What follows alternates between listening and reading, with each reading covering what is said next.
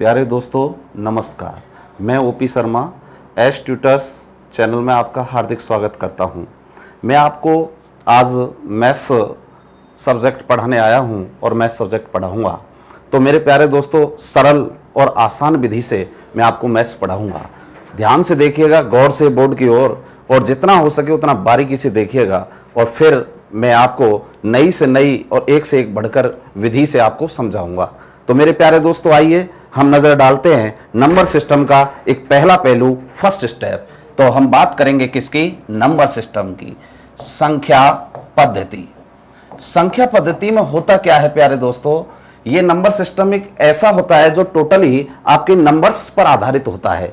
जो हम शुरुआत से बच्चा बचपन में जन्म लेता है तब से लेकर के अंतिम अवस्था तक केवल नंबर्स पर आधारित होता है। वही नंबर्स के बारे में, उन्हीं नंबरों के साथ खेलना ही नंबर सिस्टम कहलाता है। चलो आइए हम देखते हैं नंबर सिस्टम की कुछ चीजें। जैसे कि नंबर सिस्टम के अंदर होता क्या है कि पहला हम यहां से जो बात करेंगे नंबर सिस्टम में, अगर हम नंबर्स के बारे में बात करें और नंबर्स क्या होंगे, आगे की जो है वो नेचुरलिटी क्या होगी, तो उन पहलुओं पर हम बात करेंगे। जैसे कि एक छोटी सी बात लेते हैं हम, शेषफल प्रमेय। ये रिमाइंडर से हम स्टार्ट इसको करने जा रहे हैं। शेषफल प्रमेय होती क्या है, इस शेषफल प्रमेय के बारे में हम आपको आज इंट्रोडक्ट करेंगे।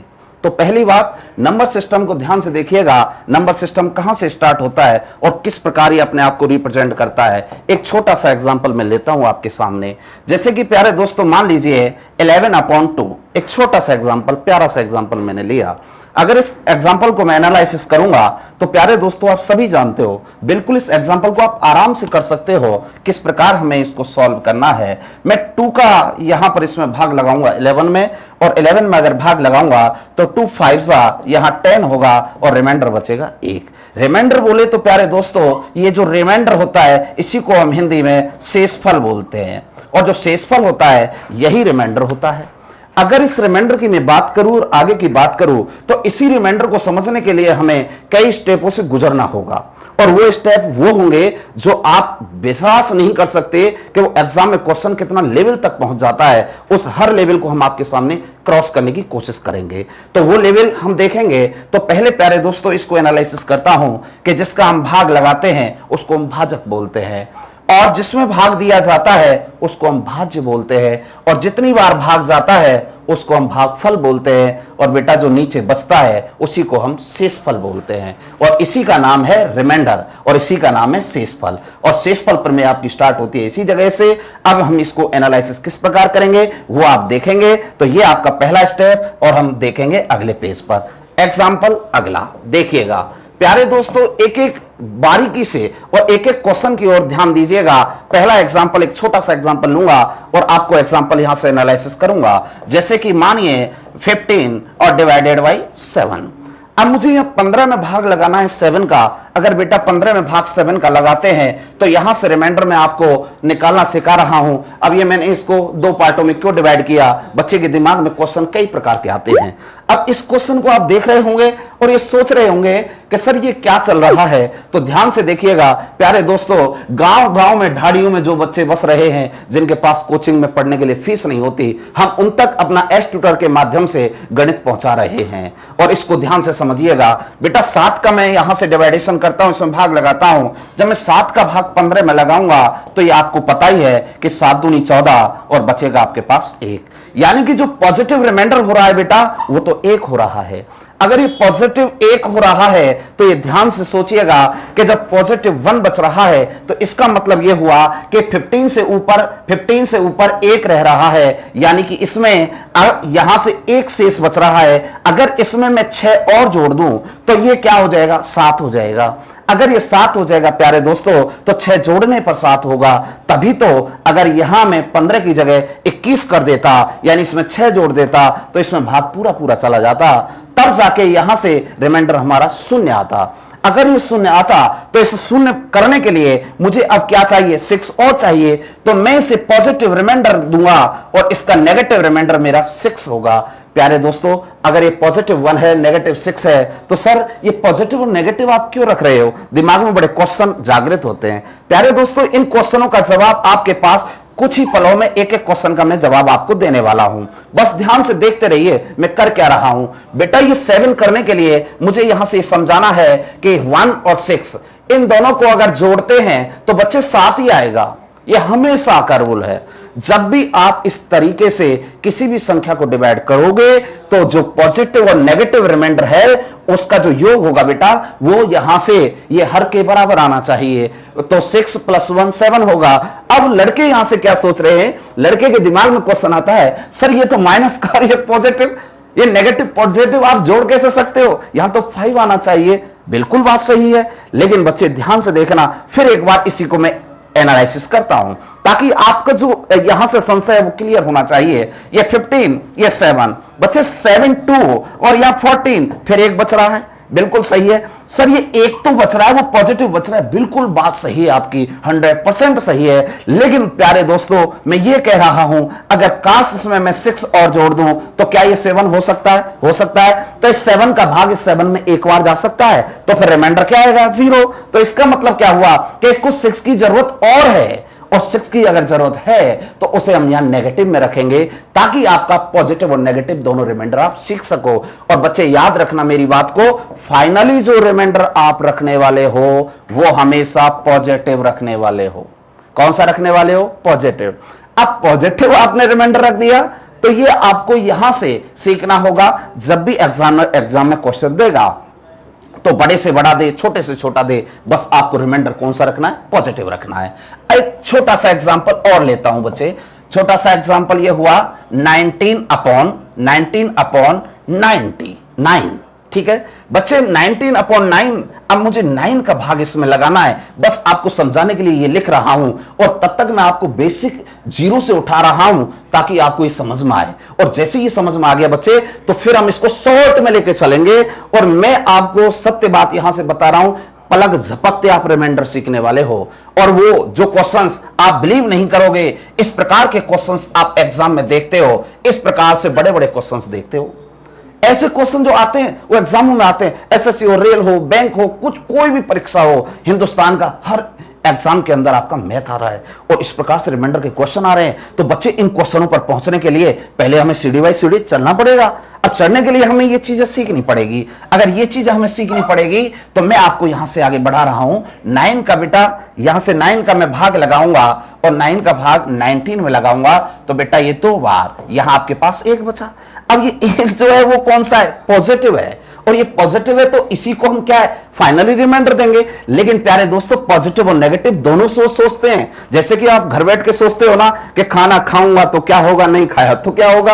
और आपकी जिंदगी का हर पहलू पॉजिटिव और नेगेटिव होता है। यहां पर पॉजिटिव 1 है तो इसमें नेगेटिव भी एक पहलू लाना चाहिए। 9 बनाने के लिए इस 1 में क्या जोड़ा जाए? तो प्यारे दोस्तों 8 चाहिए। 8 चाहिए। 8 और 1 9 हो जाएगा तो इसका मतलब क्या हो जाएगा? और यहां पर पॉजिटिव 1 हो जाएगा तो यहां पर नेगेटिव 8 हो जाएगा और यही आपका काम सफल हो जाएगा। और आपको फाइनली आंसर जो देना है बच्चे वो देना है पॉजिटिव 1। बोलो बात समझ में आ रही है कि नहीं? मामला क्लियर है। और आगे फिर देखते हैं प्यारे दोस्तों अगले पेज में। अगर ये क्वेश्चन समझ में आ रहे हो तो एक एक चीज को यहां से वीडियो को पॉज करके और इसको रोक करके और आप इनको उतारें और फिर यहां से एग्जांपल इसी प्रकार के करने की कोशिश करेंगे। फिर मैं एक अगला क्वेश्चन और लेता हूं। मान लीजिए एक एग्जांपल और आया बच्चे, वो एग्जांपल इस प्रकार आया। अब आपके दिमाग में ये चल रहा होगा सर इतने छोटे छोटे क्वेश्चन के एग्जाम में आते हैं? बेटा नहीं आते हैं, लेकिन जब तक तुम्हारा बेस तैयार नहीं होगा तो बड़ी सीढ़ी पर चढ़ना मुमकिन नहीं है। और इस बात को आप समझ सकते हो। और अगर आप इस बात को समझे तो मामला क्लियर होगा। देखिएगा 11 डिवाइडेड बाई। अब मैं यहां से आपसे पूछता हूं बेटा कि रिमाइंडर क्या होगा, शेषफल क्या होगा? प्यारे दोस्तों ध्यान से देखिएगा यहां पर। अब मैं आपको थोड़ा सा शॉर्टकट चलने की कोशिश करता हूं क्योंकि 2 एग्जांपल मैं आपको समझा चुका हूं। अब इसका एक पॉजिटिव और एक नेगेटिव आपको आंसर देना है। तो सोचिएगा 1 सेकंड सोचिएगा, क्या दिमाग में आपके क्वेश्चन का आंसर आ रहा है? और आंसर आ चुका होगा और नहीं आया होगा तो दिमाग में घूम रहा होगा। 11 का भाग इसमें लगाएंगे 9 बार जाएगा बेटा, 99 आएगा। और 99 अगर आएगा तो वो घटने पर कितना बच जाएगा? 2। ये आपका क्या हो जाएगा? पॉजिटिव। अगर बच्चे ये पॉजिटिव हो गया तो ये बताइए मुझे 11 बनाने के लिए मुझे इस 2 में क्या जोड़ना होगा? तो यहां से आप सोचोगे सर 9, अगर 9 मुझे जोड़ना होगा तो बताइए पॉजिटिव या नेगेटिव? तो आपके दिमाग में तुरंत ही आएगा, यहां से ये सोच रहे होंगे सर 11 - 2 करेंगे तो यहां से 9 आ जाएगा, तो ये प्लस का आ जाएगा। नहीं बच्चे, ये पॉजिटिव तो ये किसका नेगेटिव, तब जोड़ करके ये 11 बनेगा, और ये 11 बनेगा तो यही आपको समझना है। और फाइनली आंसर किसका देना है कि सर +2। ये लो आपका आंसर। कहां दिक्कत आ रही है हमें? आपको बहुत ही सूक्ष्म चीजें बता रहा हूं, और इन सूक्ष्म चीजों से बड़ी चीजों का निर्माण करूंगा। प्यारे दोस्तों, एक एग्जांपल दूसरा समझो, एक एग्जांपल और समझो। उम्मीद करता हूं बेहतरीन तरीके से ये बातें आप समझ पा रहे होंगे। अभी तो आपके दिमाग में क्वेश्चन जागृत हो रहे होंगे, और अभी आप सोच रहे होंगे कि सर ये क्या बता रहे हैं, इधर पॉजिटिव इधर नेगेटिव। जब नेगेटिव का हम यूज ही नहीं कर रहे तो आप नेगेटिव ले काहे कर रहे हो? भाई देखो, बात ऐसी है, साइंस की तरीके से अगर देखें तो साइंस ये कहता है जिस अंग का यूज नहीं होता वो लुप्त हो जाता है, जबकि मैथ में क्या होता है, जो बचता है ना कहीं उसका यूज जरूर होता है। तो इसको आप समझने का प्रयास करें। तो अब यहां से हम बात करते हैं, एक एग्जांपल और लेते हैं। एग्जांपल ये होता है बेटा 125 डिवाइडेड बाई कुछ भी ले सकते हो जो आपको अच्छा लगे। आप ये सोच रहे हो सर वो ले लीजिए ये ले लीजिए, मेरी तरफ से आप कुछ भी ले सकते हो, लेकिन ले जरूर लीजिए। अब थोड़ा सा आपके दिमाग में कंफ्यूजन पैदा करने वाला हूं। वो कंफ्यूजन किस प्रकार से बनेगा?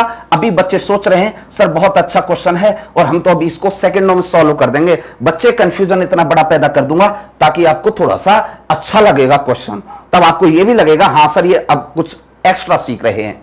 बेटा 15 का भाग लगाइए इसमें, 15 × 8 = 120, तो प्लस का तो कितना बच गया 5। बच्चों ने सबने सोच लिया। इसको बच्चे ये मत सोचना ये दशमलव नहीं है, ये पॉजिटिव आपका 5 हो गया। ठीक है, ये पॉजिटिव 5 हो गया। तो 15 × 8 = 120, तो प्लस का 5। अब मुझे दिमाग लगाइए कि ऐसा यहां क्या रखूं कि जोड़ने पर आपको 15 रिसीव हो जाए। तो इधर आपको क्या चाहिए भैया? 10 चाहिए। अब 10 चाहिए तो ये जो 10 होना चाहिए क्या वो पॉजिटिव होगा या नेगेटिव? कि सर आपने बता रखा है एक अगर पॉजिटिव है तो दूसरा क्या होगा? नेगेटिव। That's it. आपका आंसर आने जा रहा है, और आपका आंसर क्या होगा बच्चे? +5। बोलिए, समझ में आया? अब सर आप अभी जो कह रहे थे कि यहां संशय जो पैदा हो रहा है वो कौन सा है, थोड़ा सा उसके बारे में भी तो एनालिसिस करो। तो बच्चे देखिए, यही क्वेश्चन मैं इसको दोबारा लिख रहा हूं 125/15। अब मुझे इसको सॉल्व करना है। एक लड़का ये सोच रहा होगा कि सर इसको मैं तो ऐसे करने वाला हूं, कैसे कि 5 से इसको 3 बार सिंप्लीफाई किया और 5 से इसको 25 बार सिंप्लीफाई किया। अगर बेटा ऐसा हम लोग करते हैं तो इसको आप एनालिसिस करने में कोई प्रॉब्लम नहीं आने वाली। कैसे? अब 3 का भाग में इसमें लगाऊंगा, लेकिन याद रखिएगा सिंप्लीफाई किससे किया है? 5 से किया है भैया, 5 से किया है। अब जो सिंप्लीफाई आप जिससे इसको कर रहे हो वही आपका कहीं ना कहीं हथियार है, और इसको अगर आपने डाल दिया तो आप युद्ध के मैदान में हार जाओगे, ये कंफर्म समझना। अब इसको मैं सॉल्व करने जा रहा हूं। 3 का भाग लगाइए भैया, 3 × 8 = 24, तो कितना बचा बेटा? प्लस का 1। अगर ये प्लस का 1 बचा है तो सोचो पिछली विधि को, क्वेश्चन यहां था, इसको सोचो 1 मिनट के लिए। जब मैंने 15 का भाग लगाया तो इधर पॉजिटिव था, तो इधर बेटा क्या था? नेगेटिव था। तो इधर पॉजिटिव है तो इधर नेगेटिव, लेकिन नेगेटिव वही आना चाहिए जो इसको जोड़ करके क्या बना दे? 3 बना दे। बेटा यहां 1 है तो इसको क्या चाहिए? 2 चाहिए सर। अगर इसको 2 चाहिए तो ये पॉजिटिव है तो ये क्या होगा बेटा? नेगेटिव होगा। लेकिन प्यारे दोस्तों, आपको मैंने ये बता रखा है कि फाइनली आंसर प्लस का होता है। लेकिन सर ये क्या सेंस है? इधर +5 और इधर +1, ये कैसे हो सकता है? एक प्रश्न के 2 आंसर। बिल्कुल सही बात है, ये संशय आपका क्लियर होगा। देखिए बच्चे, आंसर आप सोच लीजिए 1 मिनट के लिए कि ये सही होगा या ये सही होगा। स्क्रीन पर आपके दोनों क्वेश्चन वही है, क्वेश्चन चेंज नहीं भैया, क्वेश्चन वही है, बस इसको समझना है। और यही समझ में आ गया तो आप कहीं ना कहीं गणित के विजेता बनने जा रहे हो। और एक अच्छा विद्यार्थी की पहचान यही होती है, कोई इस क्वेश्चन को 1 बाय 1 ऐसा समझे कि उसको कहीं संशय पैदा ना हो। प्यारे दोस्तों, ये जो 5 है जिसका हमने यहां पर सिंप्लीफाई में काम लिया, तो इसी 5 का बेटा अंतिम जो रिमाइंडर अवस्था है उस रिमाइंडर से क्या कर दो? गुणा कर दो। ये आपको समझना है। सर इसको ऐसा काहे को कर रहे हो? मुझे तो ये आसान लग रहा है। बच्चे बड़ा दिमाग लगाते हैं घर बैठे, क्योंकि कलम चलानी है और थोड़ा सा नेगेटिव दिमाग घुमाते हैं। सर मैं तो ऐसे ही कर दूंगा, मुझे इसकी क्या जरूरत है? बच्चे इसकी जरूरत पड़ेगी। मैंने कहा था, एक एग्जांपल दिया था कि मनुष्य का जो अंग काम नहीं आता वो लुप्त हो जाता है, ऐसा साइंस कहती है। गणित ये कहती है वो काम आता है भैया। गणित का हर अक्षर काम आता है, हर संख्या काम आती है, तो इसको समझ लेना। यानी कि ये जो मैं आपको विधि समझा रहा हूं, ये अगले आने वाले क्वेश्चंस की सीढ़ी है, और ये सीढ़ी पर आप चढ़ रहे हो। वन सीढ़ी पर आप पिछले वाले क्वेश्चनों में देखिए, समझिएगा। ये फर्स्ट मैंने आपको समझाया वन सीढ़ी, और ये बेटा आपकी जो है ये सेकंड सीढ़ी, ये सेकंड वाली थी, और ये वाली आपकी थर्ड सीढ़ी है। अब one by one, step by step अगर आगे बढ़ोगे तो आप सीखते जाओगे। अब कुछ बच्चों की क्या पहचान होती है, वीडियो देखते हैं और उसको 10 सेकंड 15 सेकंड का आगे ऐसे दबा के देखते हैं। सर लेक्चर दे रहे, लेक्चर नहीं दे रहे सर, इसको एनालिसिस कर रहे हैं। अरे इसको समझिए, अगर इसको समझ में आ गया तो पूरा 30 या 40 मिनट का जितने का वीडियो होगा उसको पूरा समझने का प्रयास कीजिए। मैं आपको विश्वास दिलाता हूं, गणित में आप कहीं नहीं रुकोगे। गांव के हर बच्चे को यह समझना होगा। और बच्चे अब यहां से 5.2 इससे करना है, तो आपका अंतिम रिजल्ट क्या होगा बेटा, 5 होगा। क्या होगा, 5। तो सेम आंसर हो गया 5 बोलिए हाँ या ना, क्लियर है। अगर ये दोनों क्वेश्चन क्लियर हैं तो मैं एक अगले क्वेश्चन की और बढ़ाता हूं, ताकि ये आपका जो थोड़ा सा संशय बढ़ गया ना या टेंशन बढ़ गई, इस टेंशन को कम करता हूं। ठीक है, ध्यान रखिएगा, घबराइए नहीं, घबराओगे तो मामला खराब हो जाएगा। देखिएगा क्वेश्चन अगला क्वेश्चन प्यारे दोस्तों ये होता है, एक बच्चा ये सोच रहा है सर आप एक काम करिए, ऐसे एक क्वेश्चन रख दीजिए ताकि हम उसको करने में आसानी समझे, क्योंकि वही क्वेश्चन हो जाएगा तो उससे आसान रहेगा मामला। तो बच्चे देखो कितना आसान करते हैं। कुछ बच्चों ने तो आंसर निकाल लिया, हटा मास्टर ये लो, ये आपका आंसर पकड़ो। अरे मास्टर आंसर पकड़ो, मास्टर को विश्वास है आप पर और आपको विश्वास है मास्टर पर, तो सब कुछ आसान है इस दुनिया के अंदर। ध्यान दीजिएगा बच्चे, 10 से भाग लगाइएगा, 10 पंजे 50, तो कितना बच गया, 4। अगर इधर 4 बच गया बेटा तो कहीं टेंशन ही नहीं है। आपको पता है नीचे क्या लिखा हुआ है, 10 लिखा हुआ है, 10 और ये 4 है, तो 4 में क्या जोड़ना चाहिए ताकि इन दोनों का जो एडिशन योग है वो 10 हो जाए। तो यहां 4 है तो यहां क्या होगा बेटा, 6 होगा।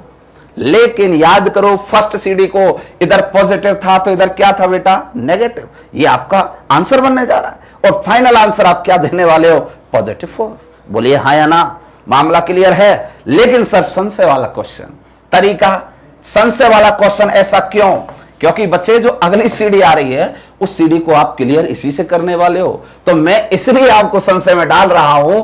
अरे रिमाइंडर थ्योरम आपने बहुत पढ़ी होगी और पढ़ने वाले भी होंगे, लेकिन बच्चे ध्यान रखना, कुछ बता रहा हूं ना तो कुछ कहीं ना कहीं एग्जाम का पॉइंट ऑफ व्यू देखकर मैं आपके सामने एनालिसिस कर रहा हूं, और ये एग्जाम का जो पॉइंट ऑफ व्यू है ना, यही आपको विजेता बनाएगा। भैया देखो, चाहे आप कितना ही सीख जाओ, लेकिन एग्जाम में अगर क्वेश्चन आपसे नहीं आया तो आपका सब कुछ पढ़ना बेकार था।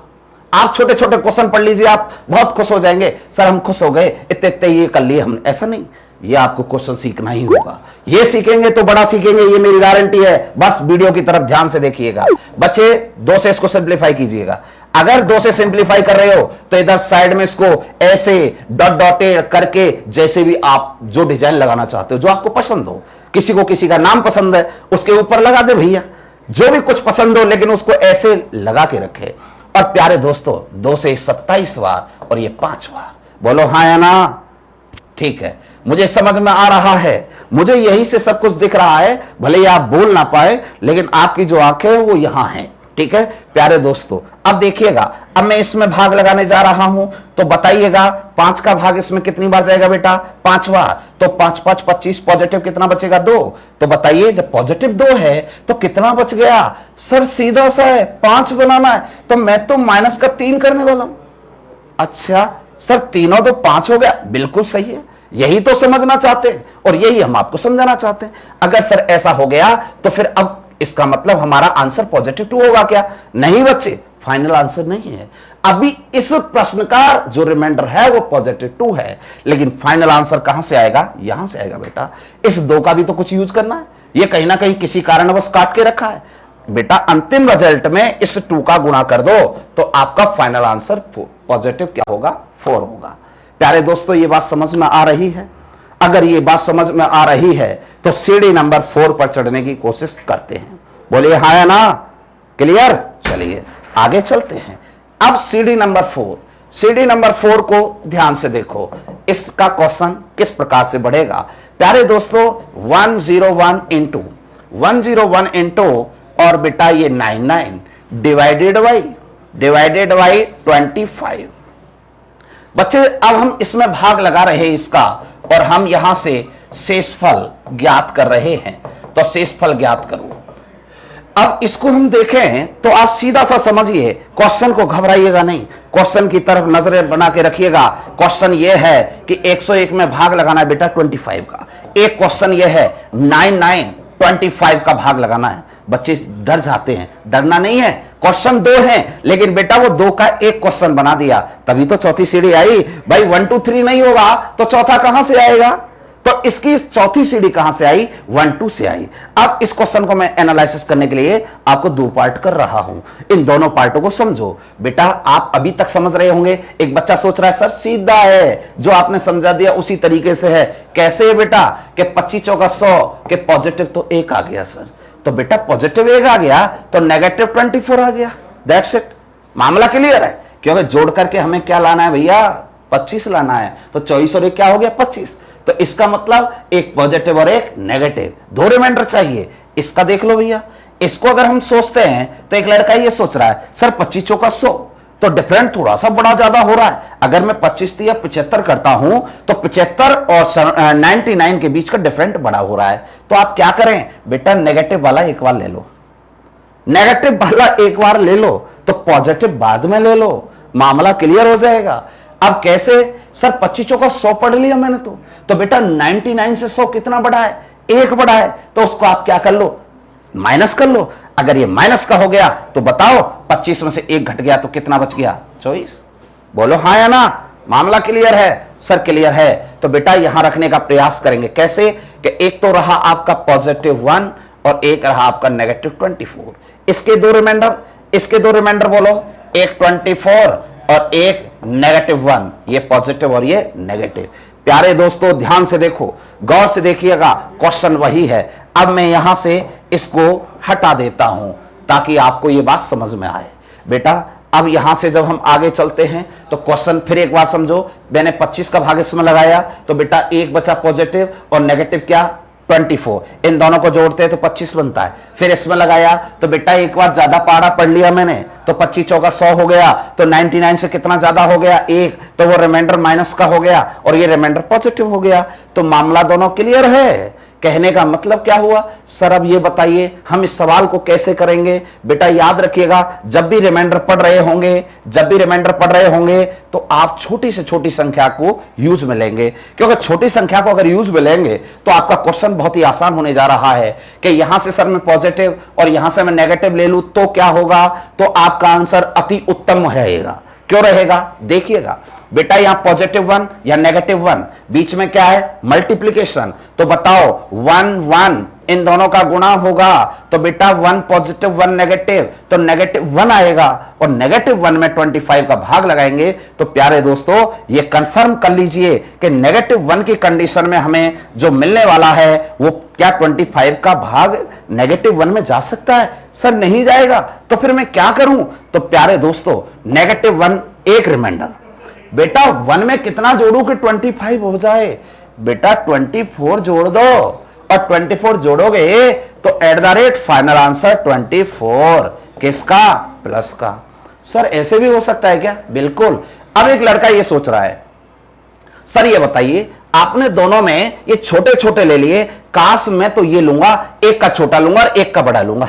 बोलिए आपके पास क्या उपाय है? बिल्कुल सही सोच रहे हो आप। अगर ऐसा आप सोचते हो तो ये सेकंड वाला जो तरीका ये आपने फर्स्ट तरीके से किया, अब आप इसको सेकंड पर समझो। अगर आप ऐसे समझ रहे हो सर इसका तो छोटा ले लो और इसका बड़ा ले लो, ये लड़का ये सोच रहे हैं एक तो पॉजिटिव 1 और एक पॉजिटिव 24। सर इसको सॉल्व करिएगा। बच्चे ध्यान से देखो, ये बीच में किसका मार्क है? गुणा का।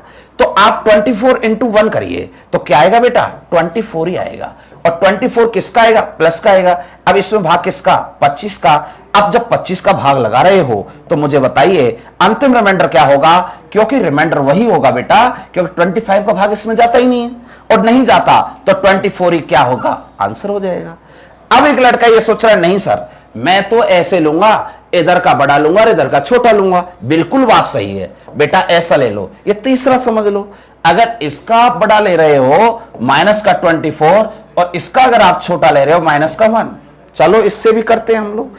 अगर इससे करते हो 24 और 1, इन दोनों का जब गुणा करोगे बेटा माइनस इंटू माइनस क्या होता है, प्लस। भैया ध्यान से सोचिएगा, जब इन दोनों का मल्टीप्लाई क्यों कर रहे हैं, क्योंकि बीच में क्या है, मल्टीप्लाई। जब गुणा करेंगे तो 24 आएगा और ये किसका हो जाएगा बेटा, प्लस का हो जाएगा। अब इसमें भाग किसका लगाना है, 25 का लगाना है, और 25 का लगाना है तो ध्यान से देखिएगा, फिर यहां से रिमाइंडर आने वाले हैं। अब सीधा समझ सकते हो, जब इसमें भाग नहीं जा रहा तो पॉजिटिव 24, और जब यहां से बच रहा है तो वो कितना, 1, और फाइनली आंसर आपका प्लस का 24। ये बात क्या आप समझ पा रहे हो?